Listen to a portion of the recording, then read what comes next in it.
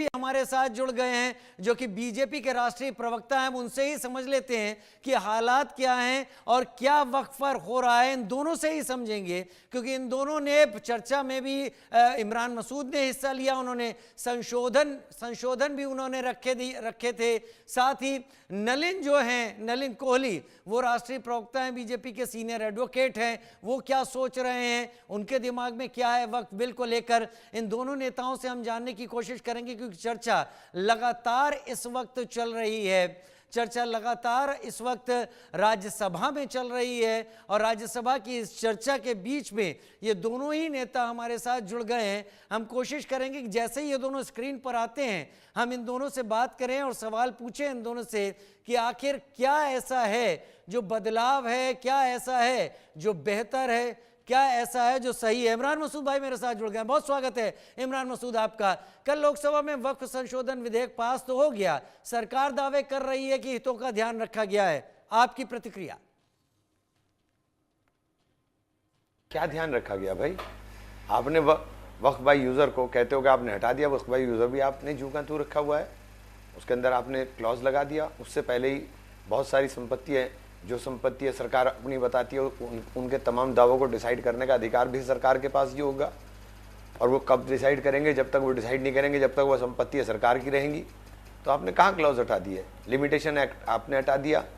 सब जितने धार्मिक संस्थाएं हैं वो सबके ऊपर है, लेकिन सिर्फ वक्फ के ऊपर आपने लिमिटेशन एक्ट हटा दिया जिससे लोगों को लिए एडवर्स पोजीशन का रास्ता खुल जाए।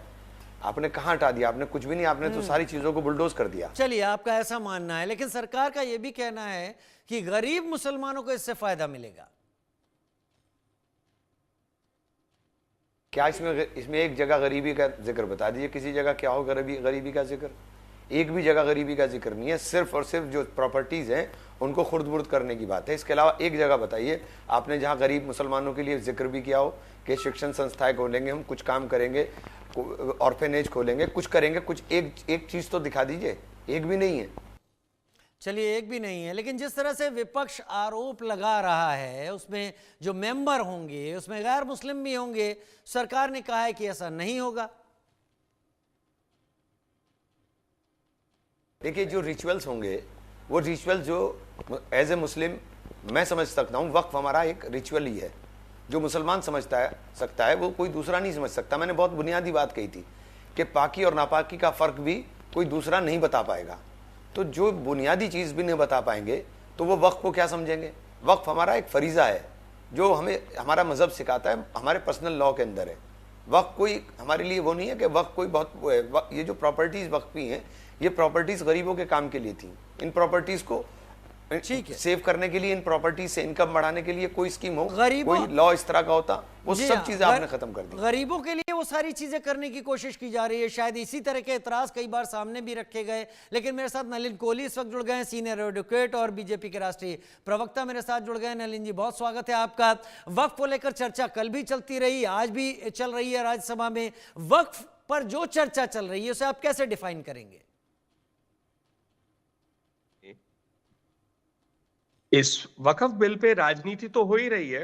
विपक्ष के कई दल जो है लगातार बिना वक्फ बिल के विषयों पर चर्चा करके उस पर राजनीति कर रहे हैं। इसको एक रूप से अगर आप देखेंगे तो वक्फ बिल में जो 2013 की बिल में दिक्कतें थी, जिससे किसी और की जमीन को एक प्रकार से वक्फ क्लेम कर रहा था, जैसे किसानों के साथ हुआ कर्नाटका में, एक मंदिर के साथ हुआ तमिलनाडु में, कुछ क्रिश्चियन और हिंदू फैमिलीज के साथ हुआ केरला में, इस प्रकार के विषय जो सेक्शन 40 के तहत पुराने बिल के हो रहे थे उसको खत्म किया गया है। दूसरी बात है कि कोई भी व्यक्ति पहले अपनी जमीन वक्फ को दे सकता था। अब इसमें प्रश्न उठता है कि जब वक्फ जो है काम करता है इस्लाम के लिए, इस्लाम के मुसलमान भाइयों बहनों के लिए, एक प्रकार से अल्लाह को वो जमीन दी जा रही है, तो इसमें प्रश्न उठ रहा था कि बाकी धर्मों की जमीन को क्यों लिया जा रहा है?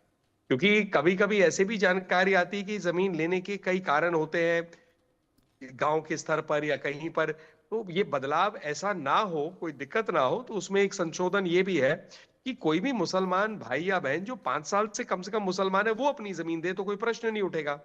तीसरा, डिजिटाइजेशन की बात हो रही है, टेक्नोलॉजी की यूज की बात हो रही है, और सबसे महत्वपूर्ण बात है कि मुस्लिम महिलाओं का की भागीदारी इसमें हो, वो सुनिश्चित किया गया है।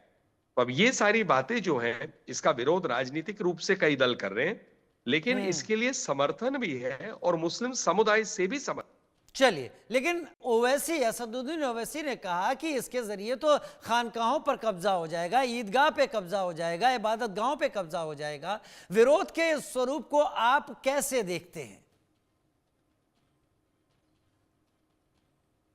इस वक्फ बिल पे राजनीति तो हो ही रही है।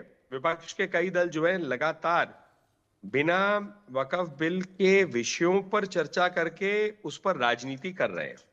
इसको एक रूप से अगर आप देखेंगे तो वक्फ बिल में जो 2013 की बिल में दिक्कतें थी, जिससे किसी और की जमीन को एक प्रकार से वक्फ क्लेम कर रहा था, जैसे किसानों के साथ हुआ कर्नाटका में, एक मंदिर के साथ हुआ तमिलनाडु में, कुछ क्रिश्चियन और हिंदू फैमिलीज के साथ हुआ केरला में, इस प्रकार के विषय जो सेक्शन 40 के तहत पुराने बिल के हो रहे थे, उसको खत्म किया गया है।